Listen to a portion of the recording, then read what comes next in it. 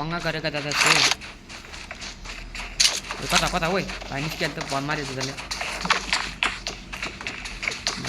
काम गरेर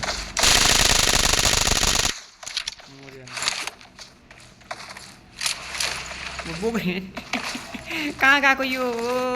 बोकेर हिँडेर मऱ्यो अगाडि यो भगवान् कुदाएको रे त्यहाँ